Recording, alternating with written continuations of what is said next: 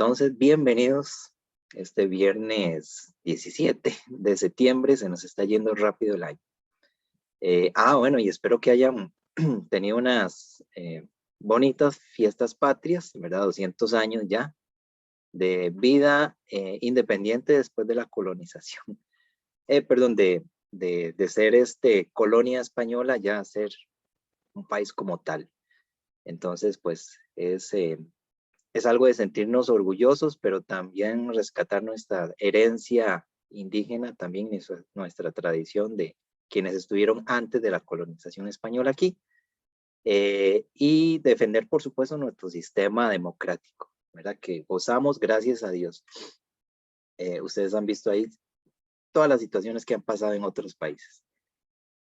Ok, el grupo 4, entonces adelante cuando estén listos.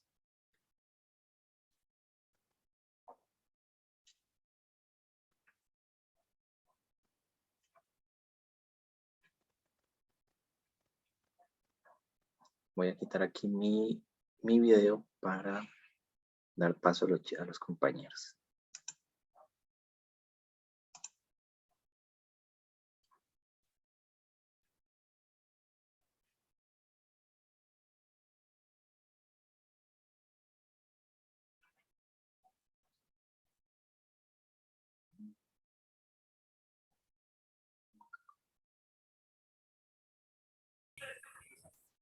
¿Pueden ver la pantalla? Sí, nada Ok. más. Ahí sería poner en modo presentación.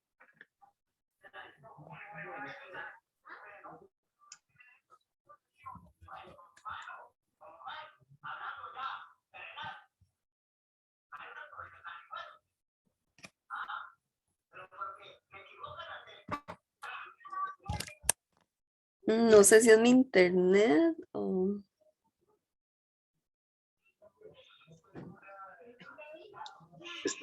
Está lento, me imagino. O Sí, no sé. O no sé si es la compu. Ya.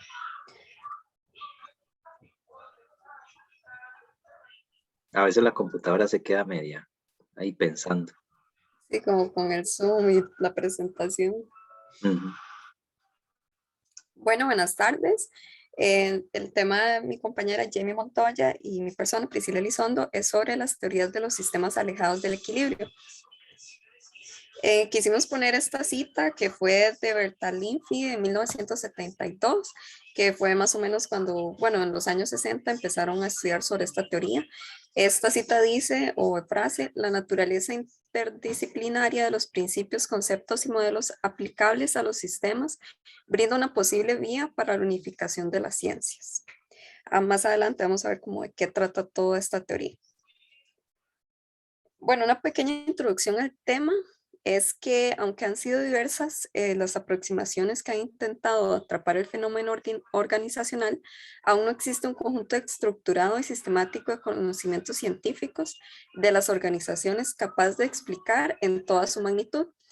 Esto más que todo se debe a la complejidad de su objeto de estudio, que es la relación de interinfluencia entre el ser humano, su trabajo y la organización, que son tres sistemas complejos y multidimensionales y a su carácter histórico y social. Bueno, un hecho trascendental sobre esta teoría es que para el desarrollo de la psicología organizacional fue la introducción en la década de los años 50, perdón, antes creo que dije 60, de la teoría general de sistemas y su extensión a finales del siglo e inicios del 21 a las teorías del caos y la complejidad. Inicia así un nuevo paradigma científico que atraviesa transversalmente el resto de las ciencias. Bueno, el concepto y enfoque de esta teoría de complejidad, bueno, primero es importante conceptualizar qué es una organización y una organización como un sistema complejo. Es abierto al intercambio de energía, materia e información con el medio exterior, con identidad espacio-temporal y caracterizados por la no linealidad, la interacción de individuos y grupos humanos, sistema de roles y comunicación, coordinada por una estructura de autoridad en la búsqueda de objetivos y metas comunes. Todos van enfocados a esto, o sea, que una organización participan múltiples personajes y por ello es que se da esta complejidad. Bueno, en sí esta teoría que no fue hecha originalmente para ámbitos empresariales y organizacionales, sino que, bueno, al principio se le dio un enfoque más como psicológico-social. Se enfoca en cuál es el estado de equilibrio de una organización y por qué el sistema de estos nunca puede estar en equilibrio. Por lo tanto, son sistemas alejados del punto de equilibrio, justo como indica su nombre. O sea, lo que quiere decir es que las organizaciones nunca van a tener como un punto de equilibrio y que siempre van a tener, no problemas, pero algunas dificultades como para llegar a un equilibrio.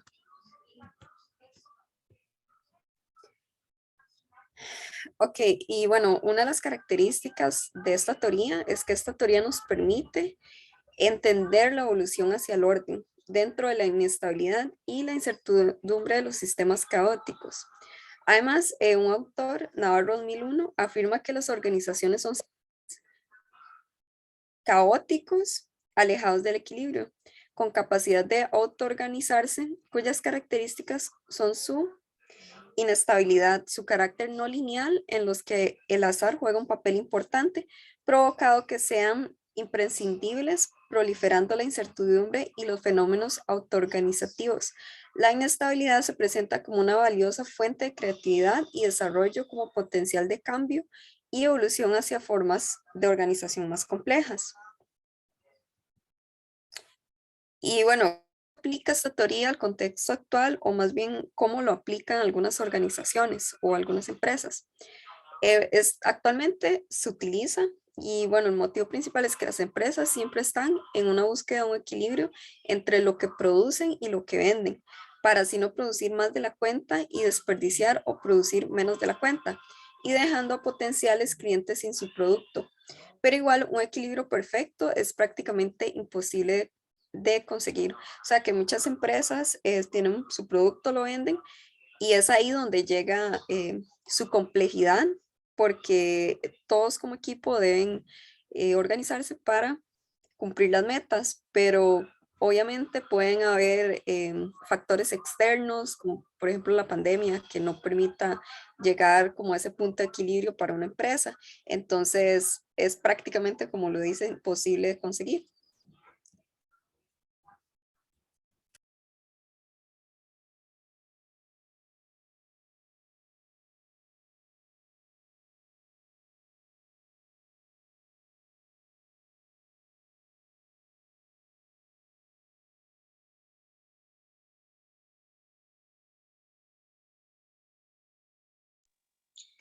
Me disculpa un toque la voz, perdón, pero estoy con alergia por si me escuchan ahí raspar. Bueno, autor Ilya Prigogine. Ganó Premio Nobel de Química en 1977 por su teoría de las estructuras disipativas. En su trabajo sobre la termodinámica, en los premios irreversibles, en los procesos, perdón, irreversibles, plantea que los sistemas fuera del equilibrio sobreviven en ambientes menos organizados. Muestra que en condiciones alejadas del punto de equilibrio, las fluctuaciones pueden estabilizarse en estructuras disipativas que pueden perdurar captando la energía necesaria de su entorno.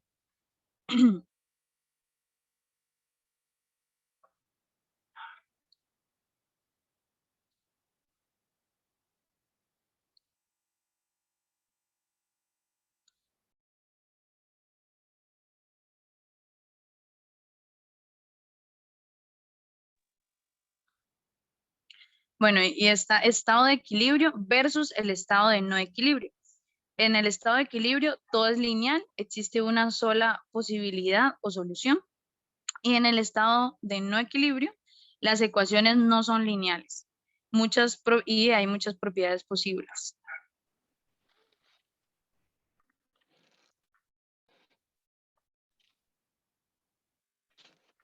Ahora, la teoría de los sistemas alejados del equilibrio fue adoptada, a las organizaciones. Uno, las organizaciones son sistemas abiertos, alejados del equilibrio. Desde nuestro punto de vista del desarrollo complejidad, los sistemas alejados del equilibrio no son anormales. Esto es, al contrario, ya que se constituyen en las normas de comportamiento. Lo primordial de la organización es que constituyen a la tarea de organizar. Esto se da desde el punto de vista del complejo de desarrollo de la organización. Y el 2, en el desarrollo de toda organización interviene en un doble proceso de adaptación y autoorganización. Las organizaciones no solo se adaptan a nuestro entorno, sino que a su vez el desarrollo de toda organización logra aplicarse e incluso crearse. Y el punto 3, la complejidad de muchos de los procesos psicosociales perdón, que estudiamos dentro de la organización puede obedecer a causas muy sencillas. Esto se ha demostrado que desde los estudios empíricos, si puedes, pasas a la siguiente. Ok, el 3. Esto se ha demostrado que desde los estudios empíricos la complejidad demuestra ser un modelo sencillo de motivación laboral. Genera un comportamiento absolutamente complejo, pues que se constituye unos factores como la necesidad, percepción y autosuficiencia.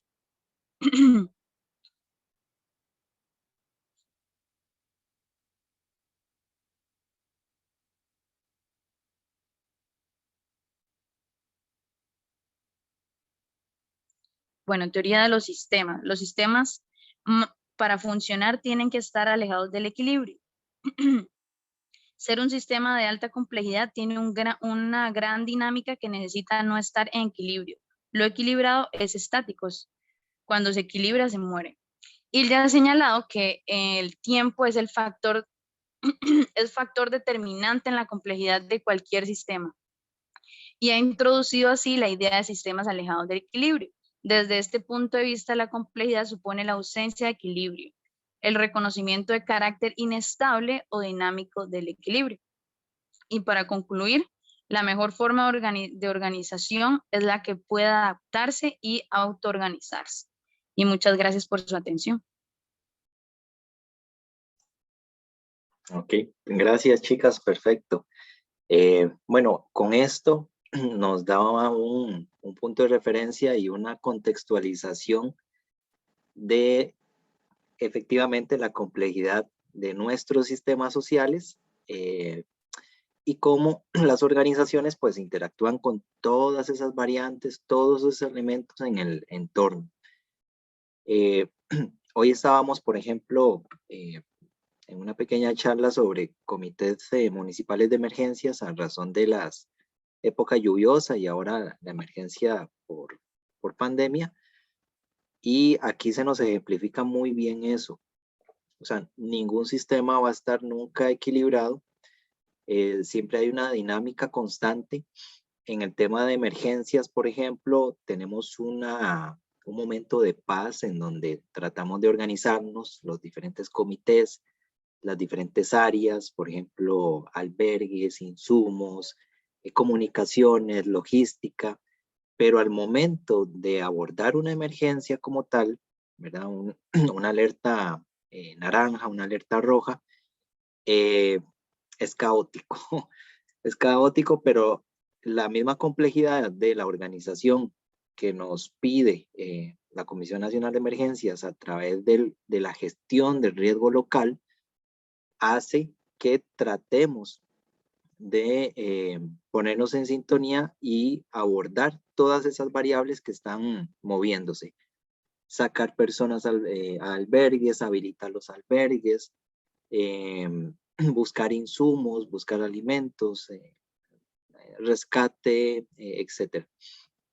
Entonces, pues eso nos ejemplifica muy bien la dinámica, ¿verdad? Que siempre va a haber en cualquier tipo de organización. En este caso, por ejemplo, organizaciones de atención de emergencias. Así puede ser en un desastre ambiental, así puede ser en un proceso de concertación para un tema ambiental, por ejemplo, un relleno sanitario, una planta de tratamiento, un programa o gestión de residuos sólidos, ¿verdad? Donde van a haber muchas variables que hay que considerar y que va a ser fluctuante con el tiempo, ¿verdad? Nada es estático. Por eso en los diagnósticos ambientales no podemos basarnos en un diagnóstico de hace 1 año, o 2 años, o 3 años atrás, porque las condiciones pueden variar increíblemente. Pero entonces, siempre el tema de diagnósticos es una fotografía en su momento. Pero excelente, chicas, por exponernos esta teoría. Consultas, dudas, comentarios, chicos.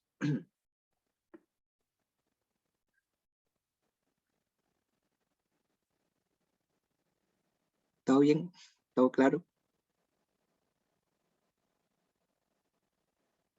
Sí, profe.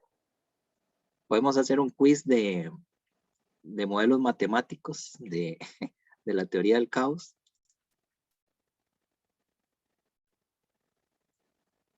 Bueno, tanto así no. Ok, chicos. Y como les digo, pues esto es para ver el tema de la complejidad. Igualmente nosotros, o sea, cuando se sientan en un momento de crisis existencial, dudas existenciales y eso, pues eso también es parte de nuestro caos, ¿verdad? Interno, que no está mal, ¿verdad? Eso nos hace pensar en muchas cosas. Vamos a continuar y quiero abordar el día de hoy, vamos a ver rápidamente el tema del diagnóstico organizacional. Lo que vamos a hablar un poco es lo que deben considerar a la hora de buscar información para el trabajo final de las organizaciones que se les asignó a cada grupo. Esto lo vamos a hacer aquí rapidito.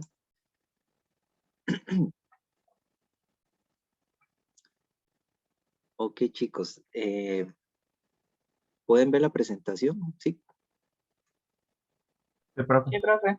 Sí, profe. Listo, por allá. Vamos a hablar un poquito de los elementos y componentes de las organizaciones y ese diagnóstico organizacional, ¿verdad? Que ustedes deben abordar. Básicamente el diagnóstico organizacional, ¿verdad? Es ese conocimiento, ¿verdad? Desde la palabra diagnósticos del griego. Entonces, ¿cómo conocemos? ¿Cómo es algo apto para conocerse, para entenderse? Por supuesto, ya lo hemos discutido, las organizaciones son entes vivos, son dinámicos, crecen, se extienden, mueren, o sea, están dedicadas para un objetivo a largo plazo o corto plazo. Y lo que buscamos aquí es también entender qué es lo que conocemos de esa organización y qué es lo que tal vez no podemos ver de ella para mejorarla siempre. Entonces buscamos oportunidades de mejora en un diagnóstico, buscamos opciones de innovación y prepararnos en el entorno. Ahora con el tema de pandemia, las organizaciones han tenido que hacer sus autodiagnósticos y adaptarse a las nuevas condiciones para sobrevivir, mejorar, ¿verdad? Y crecer.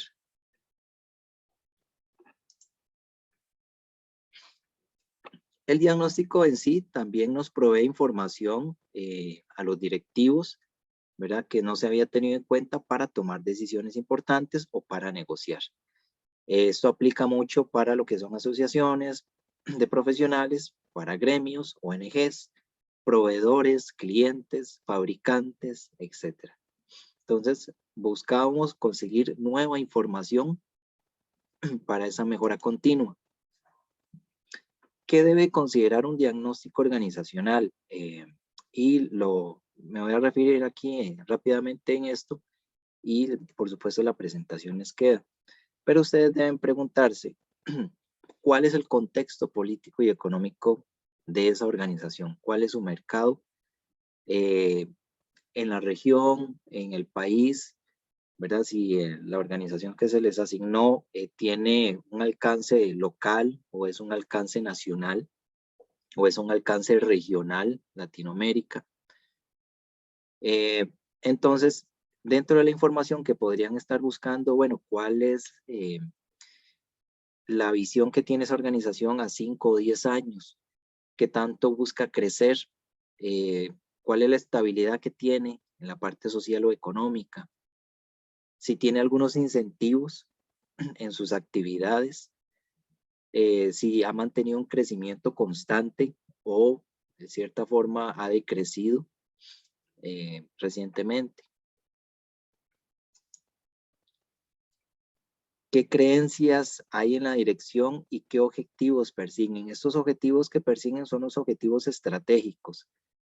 Entonces traten de averiguar si en este caso hay objetivos estratégicos, si hay líderes en la parte de segmentos o en la parte de filiales, cuáles son los puntos o debilidades, fuertes y debilidades de la organización, cómo evoluciona o cómo se proyecta evolucionar en los próximos 5 o 10 años. También pueden hacer un diagnóstico FODA o DAFO o FLOA, ¿verdad? Como gusten intercambiar ahí las letras.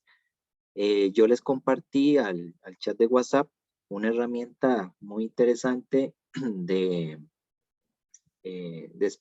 española, ¿verdad? Que nos facilita mucho hacer el diagnóstico FODA y generar estrategias cuando cruzamos esas variables, oportunidades con amenazas, fortalezas con debilidades, etc. Entonces, nos da insumos importantes. Entonces, es una herramienta muy accesible y cómoda de trabajar. Si tienen oportunidad de hablar con alguien de la organización, sería interesante investigar o indagar sobre el clima laboral interno y la visión que tiene la organización de sí misma. Cómo trabajan ellos, cómo se fomenta ese trabajo en equipo, ¿verdad? ¿Qué acciones concretas tienen, por ejemplo, en este año para trabajo en equipo y mejora? ¿Cómo perciben ellos sus directores o sus directivos o sus jefes, ¿verdad? ¿Qué concepto tienen de ellos? ¿Qué idea tienen de los clientes en la organización? ¿Verdad? ¿Cómo participa el colaborador dentro de la organización? Por ejemplo, en la Universidad de Costa Rica, ¿cómo es el ambiente, la interacción entre jefaturas o entre estudiantes y docentes? Porque nosotros somos parte, ¿verdad?, integral de una cultura organizacional de la universidad. Entonces podemos hacernos esas preguntas o podemos hacerle esas preguntas a algunos colaboradores de la universidad. Pueden ser administrativos, pueden ser profesores, etc. Esas son consideraciones o recomendaciones para el desarrollo del trabajo, ¿verdad? Final. Para empresas que tienen un mercado y tienen una función de generar ganancia, ¿verdad? ¿Cómo ven los clientes? ¿Cuál es la relación que tiene con los clientes? Si hay opciones para quejas de clientes, para mejora continua a las exigencias que indican los clientes, etc.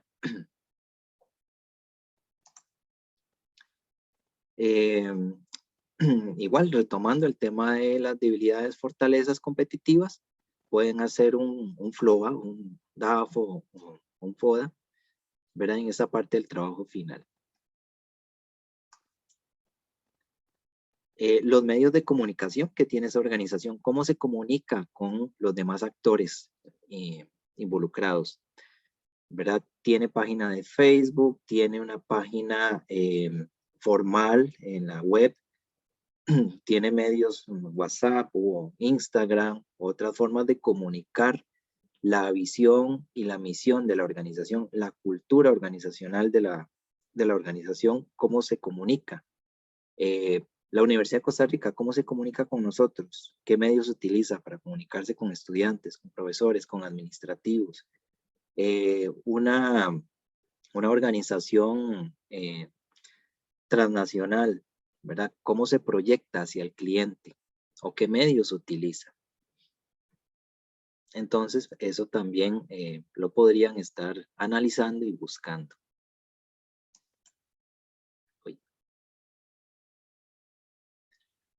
Algunas características importantes del diagnóstico organizacional, básicamente es que es un proceso para medir, puede variar, ¿verdad? De una investigación experimental hasta una narración descriptiva, ¿verdad? Cómo describimos básicamente la organización desde nuestro enfoque externo, porque nosotros no somos parte integral, ¿verdad? De la dinámica interna de la organización, entonces aportamos como observadores externos.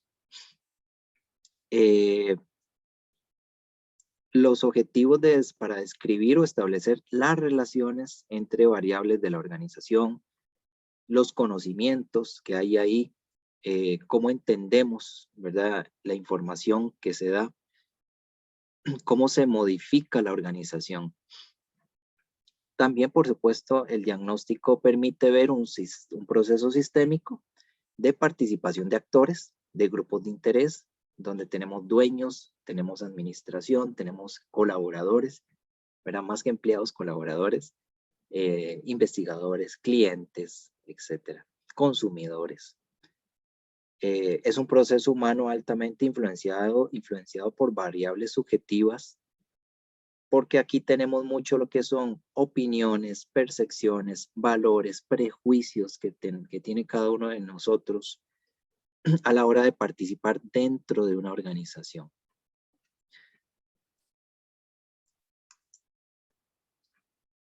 Y en el diagnóstico organizacional tenemos dos grandes elementos que evaluamos.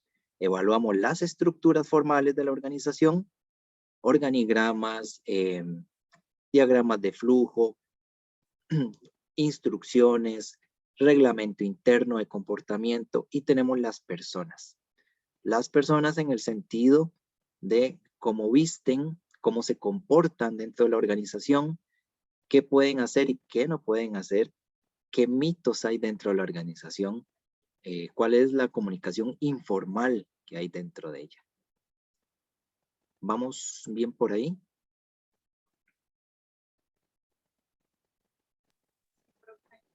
Sí, profe.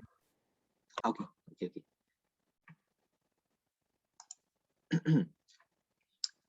Los estudios de diagnóstico organizacional, como les repito, buscan describir y establecer relaciones entre estas variables que hemos estado hablando anteriormente, y esa interacción que hay constante con el medio ambiente en la cual está la organización. También hacemos un tipo de codiagnóstico, porque nosotros también aprendemos de las organizaciones al analizarlas.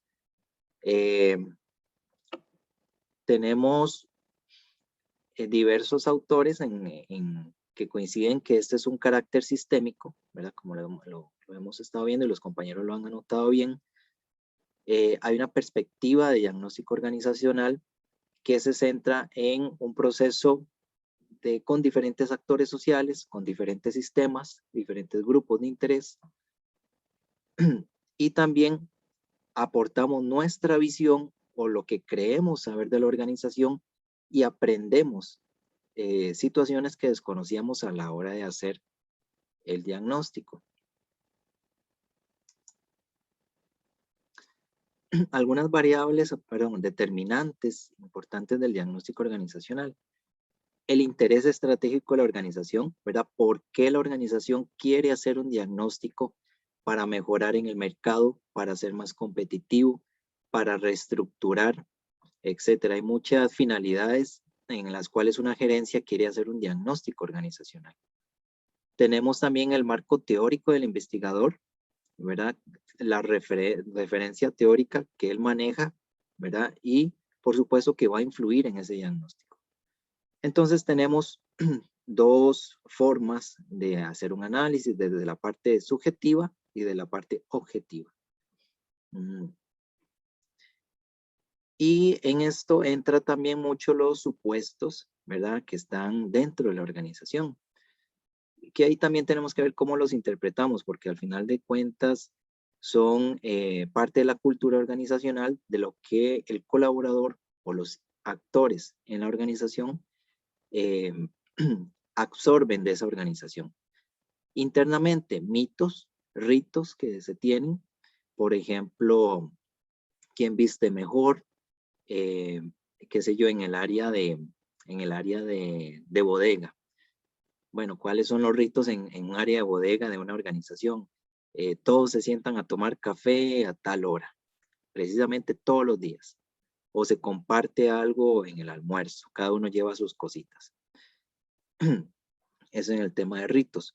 El poder, ¿verdad? ¿Cómo se ostenta o cómo se estratifica el poder? ¿Quién toma decisiones? ¿Qué creencias hay dentro de la organización? ¿Verdad? Esos son también aspectos que son muy subjetivos, muy de los supuestos que hay.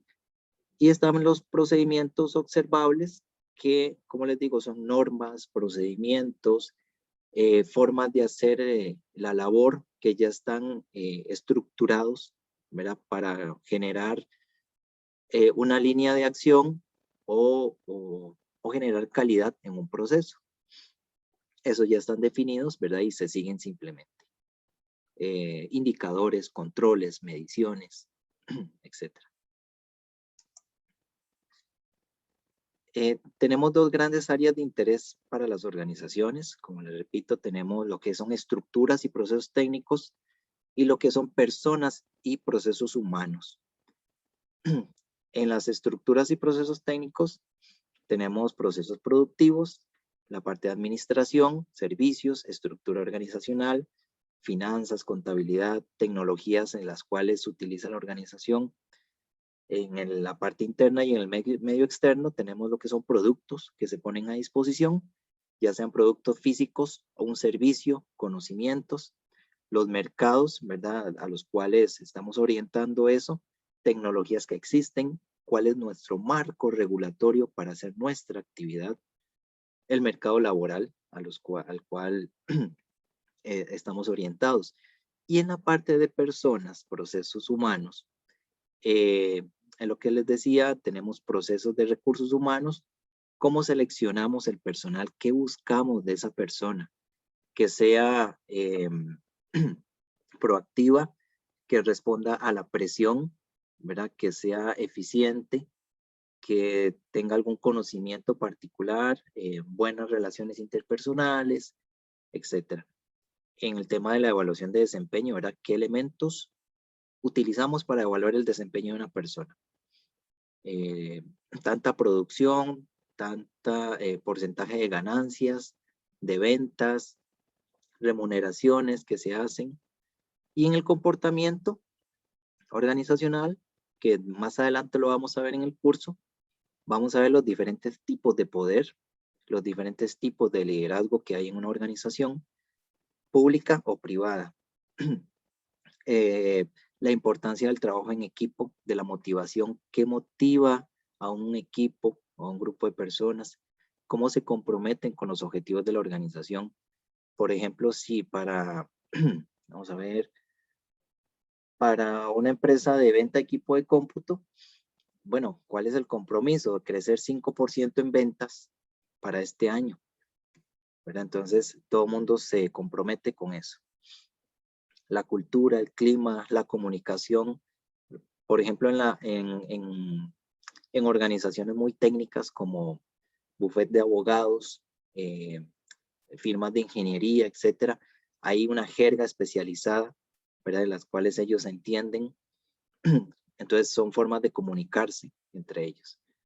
Y en la parte externa tenemos cómo se proyectan las relaciones públicas, cómo nos ven los consumidores y cómo nos ven los proveedores y cuál es la conducta de la competencia. Si es una competencia salvaje, por decirlo de alguna manera, si es una competencia desleal,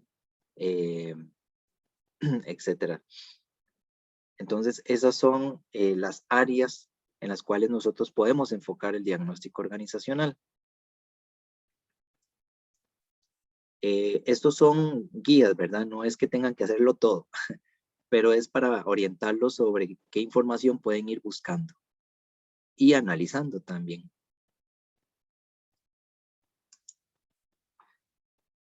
El tiempo del diagnóstico, pues, va a depender de las necesidades de la empresa, del tiempo disponible para adaptarse a los cambios y si urgen de algún resultado.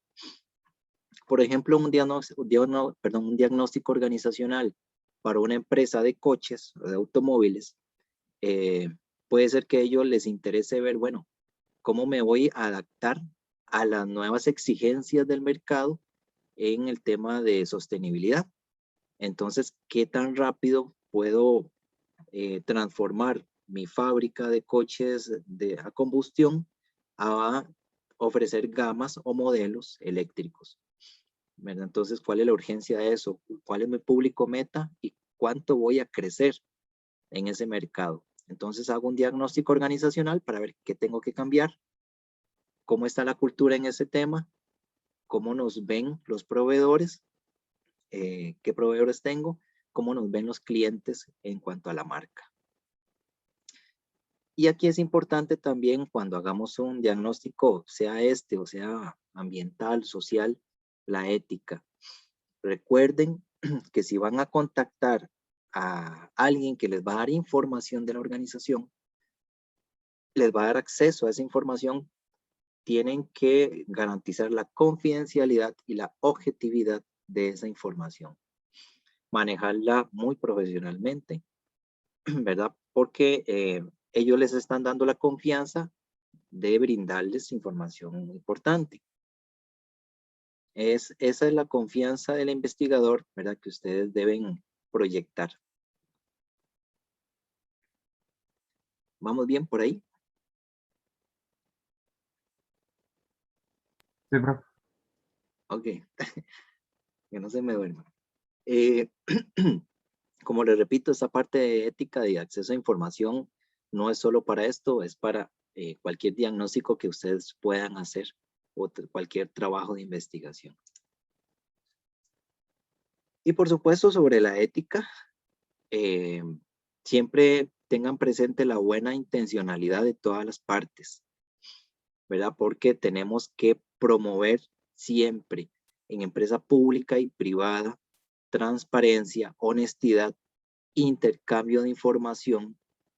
Habrá información que es muy delicada, que tiene que manejarse con mucho cuidado, porque una fuga de información que puede ser muy sensible para una empresa o una organización puede meternos en un serio problema legal. Entonces, siempre hay que tener mucho cuidado con la información que nos faciliten. Y por supuesto, en la toma de decisiones que sean las más éticas y equitativas. Y garantizar la confidencialidad en el tema de las entrevistas.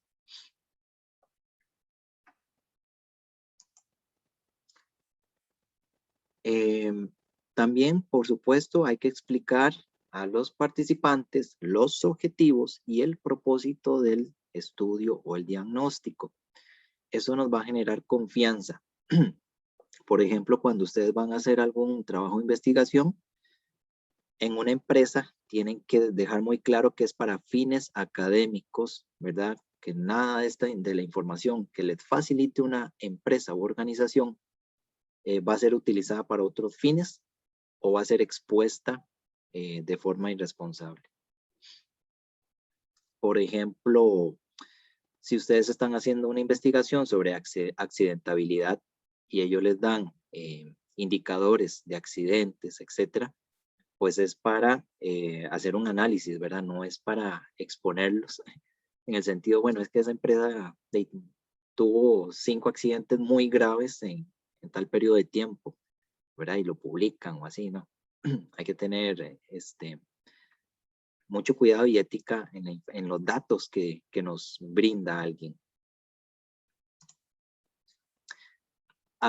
En resumidas cuentas, chicos, el diagnóstico organizacional tiene que ver con el contexto y el ambiente de las tareas de la organización, ¿verdad? Cómo se hacen, qué tareas se hacen.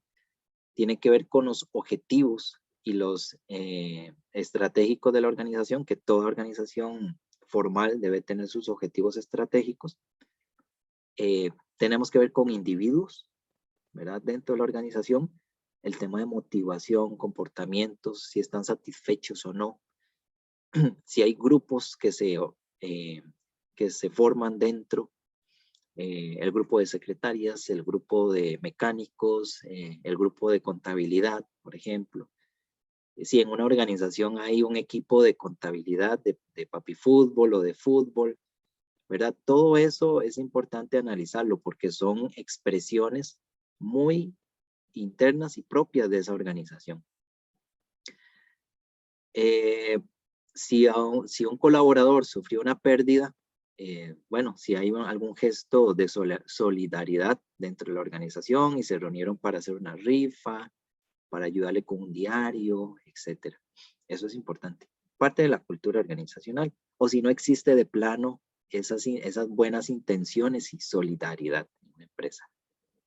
Los roles de poder, las estructuras de decisión, quién toma las decisiones, cómo se toman, los medios de comunicación que usa la empresa o la organización internamente, si tiene un correo interno. En el caso de la Universidad de Costa Rica, pues tenemos nuestro correo institucional, ¿verdad? Todos. Entonces, esa es nuestro canal oficial de comunicación, por ejemplo. Y las tecnologías que utilizan.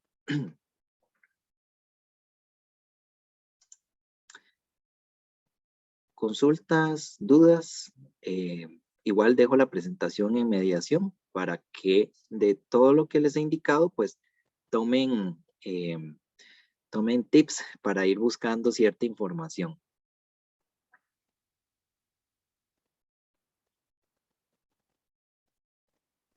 O sea, profe, no es como que tenemos que explicar todo lo que usted acaba de mencionar, sino como que aspectos de ahí que podamos encontrar que para exponerlos. Sí, es exacto, no, todo no es igual es lo que tengan accesible en información. Por ejemplo, pueden ir buscando, bueno, cómo se comunica esa organización con sus clientes.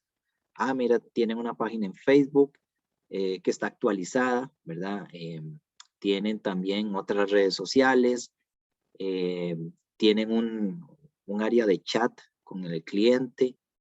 ¿Qué más puede ser? Ah, bueno, la estructura organizacional es esta. Este es el organigrama. ¿Es una organización de tipo formal o es una organización tipo línea staff?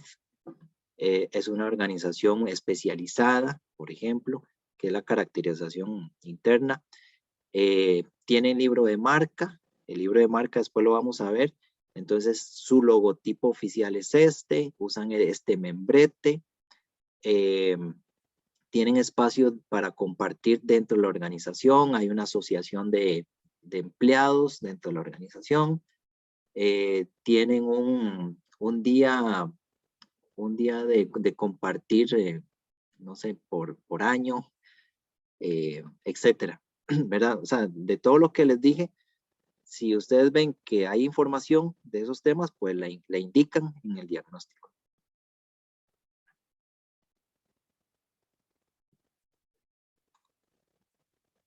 Bueno, importante, hay cosas que sí tienen que estar ahí. El organigrama, misión, visión, objetivos estratégicos tienen que estar ahí. La estructura de poder también, ¿verdad? En el sentido de quién toma decisiones y cómo se mueven las decisiones. Son cosas básicas, ¿verdad? Que tienen que estar ahí.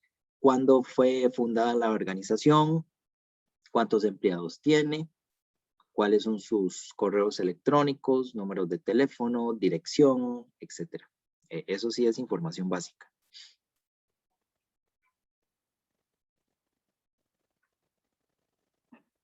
¿Cómo estamos? ¿Bien? Todo claro, profe. Ok. Bueno, igual les voy a dejar la presentación ahí subida.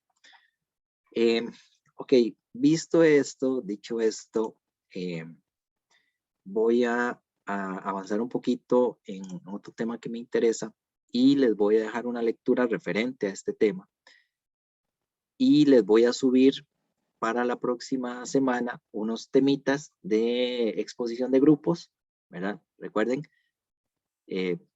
para que estén atentos, el próximo viernes, estos pequeños temitas de investigación es sobre problemáticas ambientales ya sea en Costa Rica o a nivel mundial. Pero la intención es que ustedes investiguen, bueno, por una problemática ambiental, cómo se organizaron o qué organizaciones están ahí involucradas. Por ejemplo, el tema de minería, el tema de una contaminación de una fuente de agua, bueno, cómo se organizó, si se organizaron las comunidades, si entró ahí el Ministerio de Salud, el MINAE o el AIA, etcétera. Entonces es como una pequeña investigación de ciertas problemáticas, ¿verdad? Y qué involucró esa problemática en actores sociales. Les voy a dejar esos temitas y junto con una lectura que es lo que vamos a ver ahorita, que es parte de esto. Vamos a ver. Uy. ¿Dónde estás?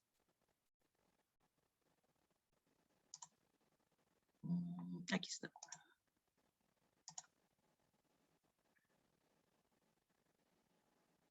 Ok, me indican si se puede ver.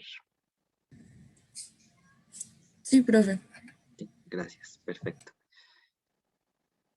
Ok, con relación a lo que ustedes van a investigar un poquito, vamos a hablar sobre movimientos ambientales y ese valor de los recursos naturales locales y esa nueva ética ambiental que se está gestando ya por varios años.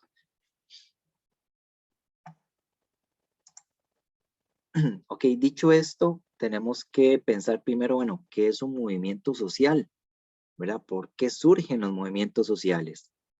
Por supuesto,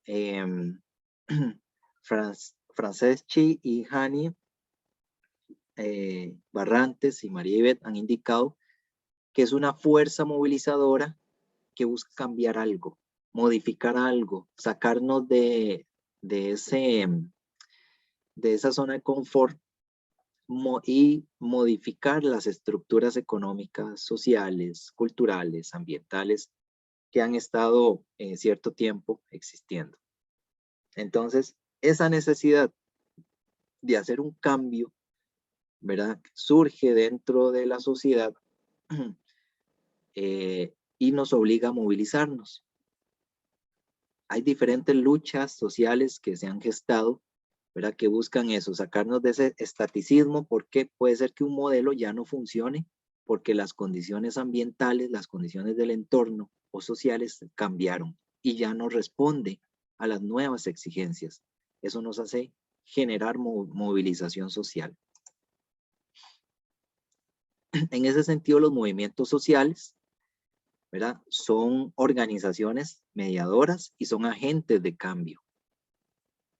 Gracias a esos movimientos sociales, pues hemos ido también evolucionando en nuestro tejido social y acoplando y mejorando los derechos y nuevas necesidades. Ese movimiento social responde, por supuesto, a una estructura que dinamiza el movimiento.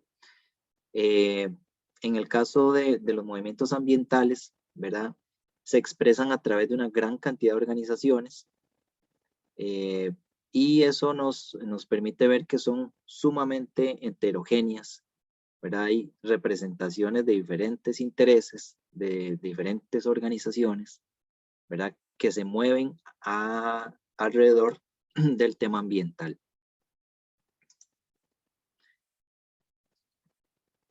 Las organizaciones ambientales, según Mora Castellanos, indica que son aquellas organizaciones ciudadanas, por supuesto, nacen de lo local, no gubernamentales en muchas ocasiones, ¿verdad? Cuyo objetivo es incidir y tratar de hacer un cambio en una problemática ambiental X. Ya sea de una manera total, ¿verdad? Resolutiva o paliativa, ¿verdad? Para que el daño no se siga produciendo o se minimice el impacto. Y eso, por supuesto, a través de estudios, ¿verdad? Estamos hablando de problemas ambientales necesitamos datos, necesitamos constatar científicamente qué es lo que está pasando y cómo nos está afectando y por qué es necesario un cambio y por qué es necesario la acción. También nos apoyamos por el sentido, ¿verdad? El sentido común. Pero las organizaciones ambientales lo que buscan es eso, incidir para hacer cambios importantes.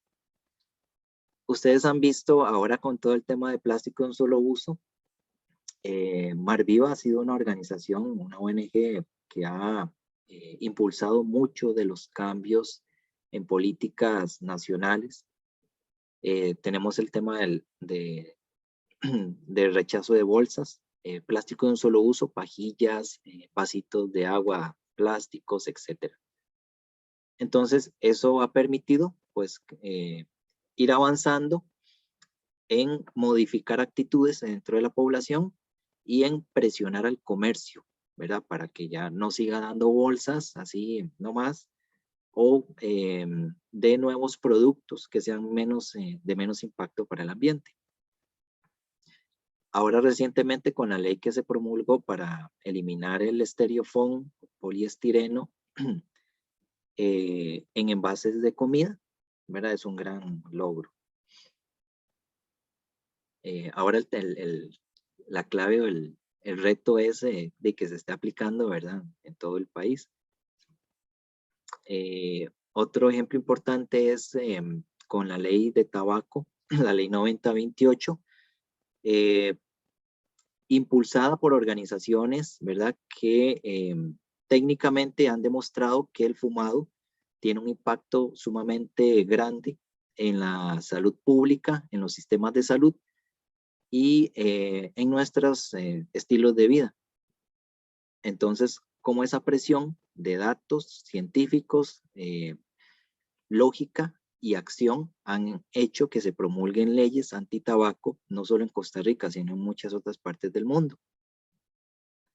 Para los que han tenido o tienen familiares que fumen, pues ha sido una ley sumamente importante.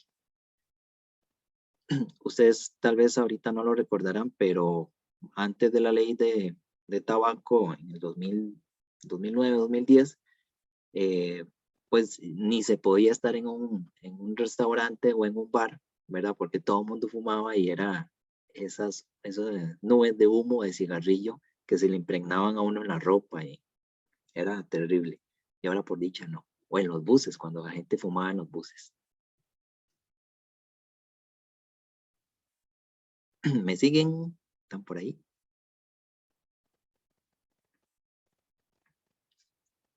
Sí, profe. Ok, y esas organizaciones y esos movimientos ambientales, ¿verdad? También han hecho grandes aportaciones en nuevas políticas y legislación en salud y ambiente. ¿Por qué se moviliza la gente en temas de ambiente y salud? ¿Verdad? O sea, es algo que es sumamente necesario. Tenemos una construcción de un sujeto político, ¿verdad? Que se torna más ambientalista cada vez. Recordemos que nosotros hacemos política en toda nuestra existencia. La política no es del diputado, no es de un partido político. La política es esa capacidad de negociar, esa capacidad de llegar a consensos, etcétera, y lo hacemos en cualquier nivel de nuestras vidas. Por eso somos sujetos y seres sociales políticos.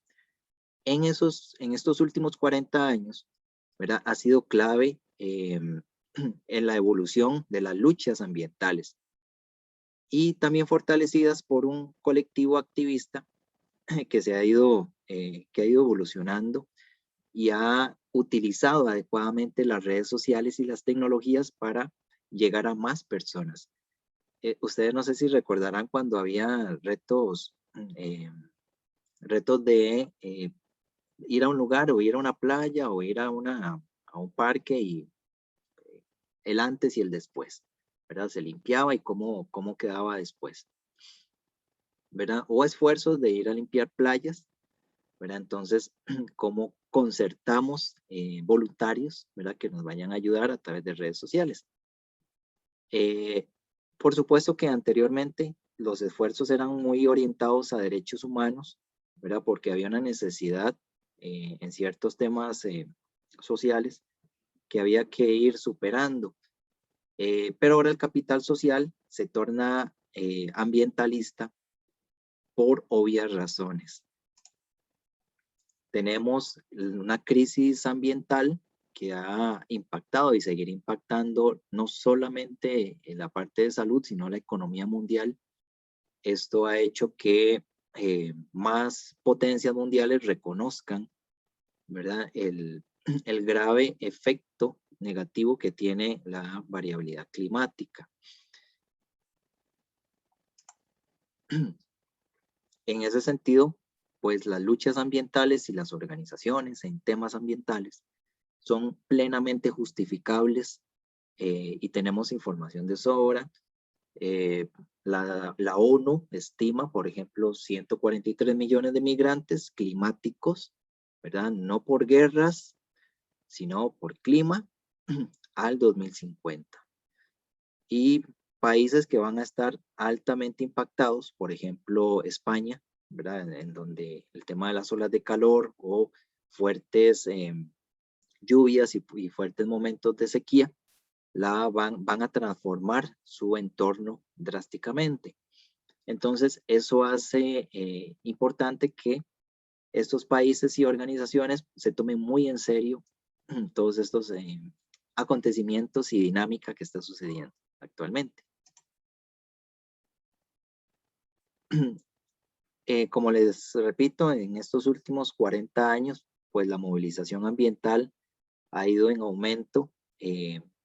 Recordamos la Cumbre de la Tierra en Estocolmo en el 72, ¿verdad? Como una de las principales alertas del cambio climático y el impacto de las actividades humanas en la modificación de los entornos naturales. La Agenda 21, ¿verdad? Con la cumbre de Río de Janeiro en el 92. Yo recuerdo, tenía yo como 7, 8 años y sí, se me quedó muy grabado ver un programa de los Muppets orientado a la Cumbre de la Tierra en Río de Janeiro. Y, ¿verdad? De hecho, en la década de los 90 fue cuando se dio mucho la promulgación de leyes en tema ambiental, la ley forestal, por ejemplo, la ley orgánica del ambiente, en esa década, porque era un impulso de políticas nacionales en pro del ambiente. Los objetivos de desarrollo del milenio en el 2000, que han evolucionado los objetivos de desarrollo sostenible en la cumbre de París del 2015, el futuro que queremos, ¿verdad? Río más 20 en el 2012, son esfuerzos importantes que nos obligan a movilizarnos. Y el lema con la COP21 de París, nuestro futuro común, ¿verdad? Porque son amenazas comunes a todos nosotros y especialmente a las poblaciones más vulnerables, a las poblaciones rurales, a los que no tienen un ingreso, ¿verdad?, sustancial, poblaciones pobres. Y ahorita, del 1 al 12 de noviembre de este año, tenemos la COP26, la conferencia de cambio climático en Glasgow, Escocia. Entonces, estar atentos, ¿verdad? Se van a tomar decisiones importantes ahí. En ese sentido, la OMS ha indicado que son acciones que deben ser inmediatas. Este es un año clave, en 2021, para evitar muchas muertes a raíz del cambio climático.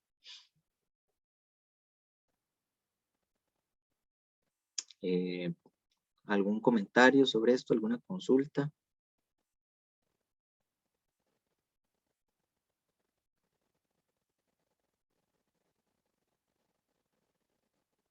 Ok. Y esto es algo que que nos tiene que movilizar de alguna u otra forma a todas las ONGs, al gobierno, instituciones privadas, públicas, porque, como les repito, la situación puede tender a salirse de nuestras manos si no tenemos esa capacidad de organizarnos, no solamente a nivel local, sino a nivel de países, para evitar situaciones como estas. Dentro de los antecedentes, en la parte de los movimientos ambientales y de la concientización que tenemos en esto, tenemos el informe de Brundtland en el 87, en donde establece el tema de desarrollo sostenible a través de un equilibrio entre el ambiente, la parte económica y la parte social. ¿Verdad? Entonces, este informe fue sumamente importante en la acuñación del término de desarrollo sostenible. ¿Verdad? ¿Cómo satisfacemos necesidades actuales sin comprometer los recursos para las futuras generaciones?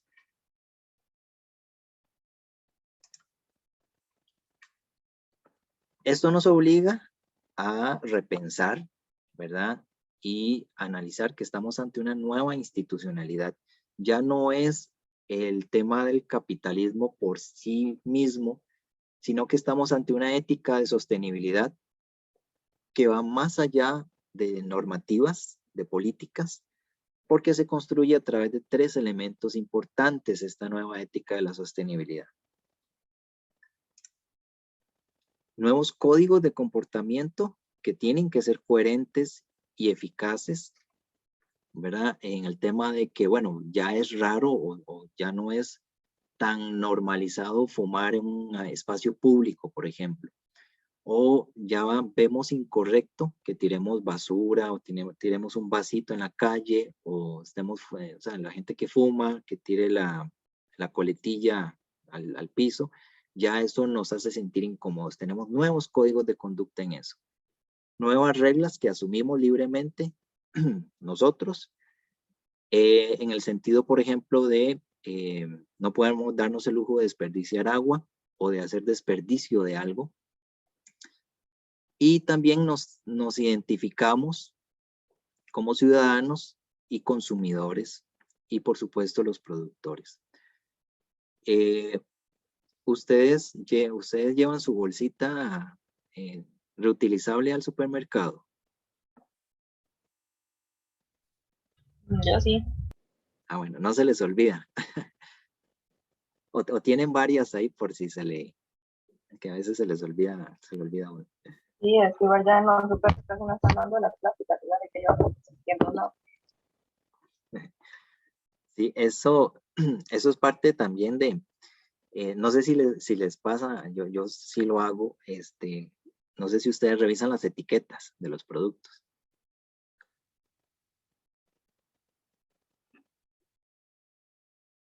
Cuando van A veces, yo tengo esa manía, yo tengo que revisar las etiquetas, a ver qué tienen, si es un producto, si tiene algún ingrediente que me dé desconfianza.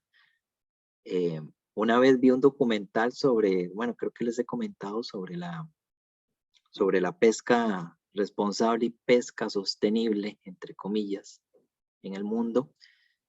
Y decían algo que me puso a pensar mucho. En las etiquetas, por ejemplo, del atún, hay un simbolito que dice ahí, se protegen a los delfines.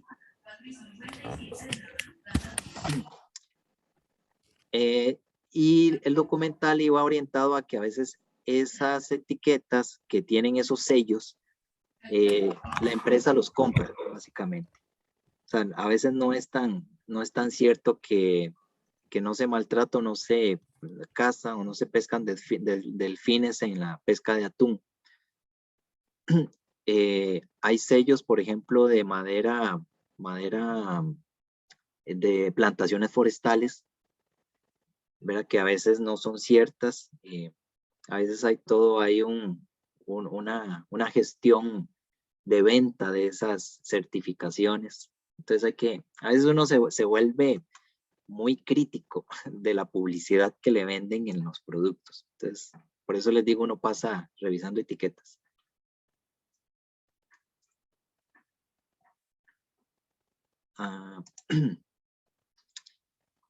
Y en ese sentido, pues nos volvemos consumidores responsables, ¿verdad?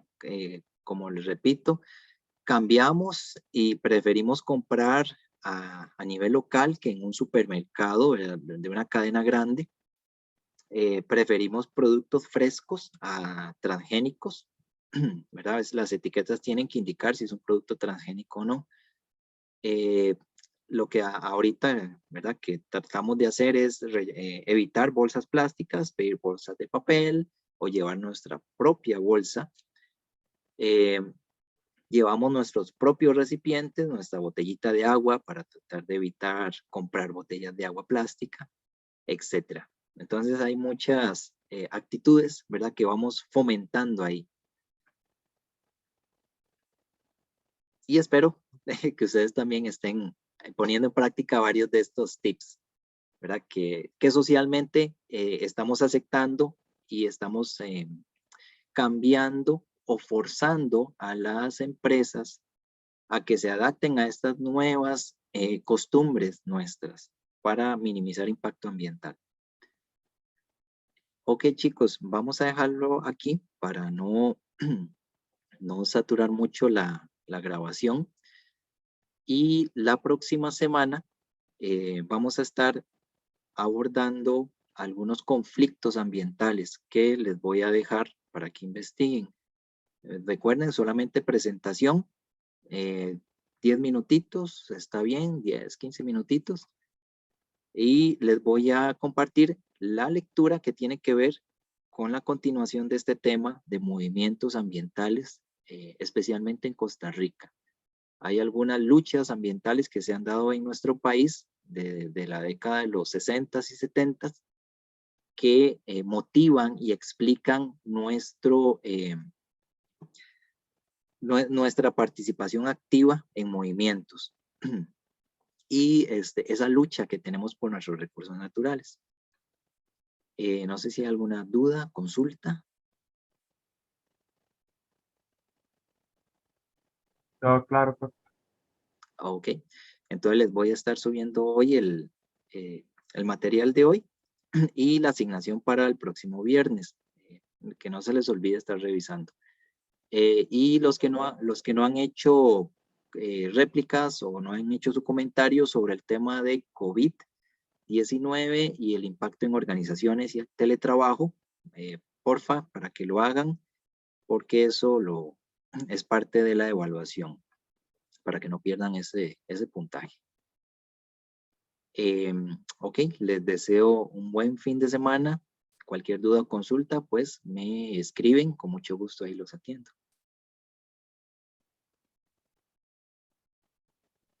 Muchas gracias, profe. Hasta luego. Buenas noches. Gracias, profe. Buenas noches.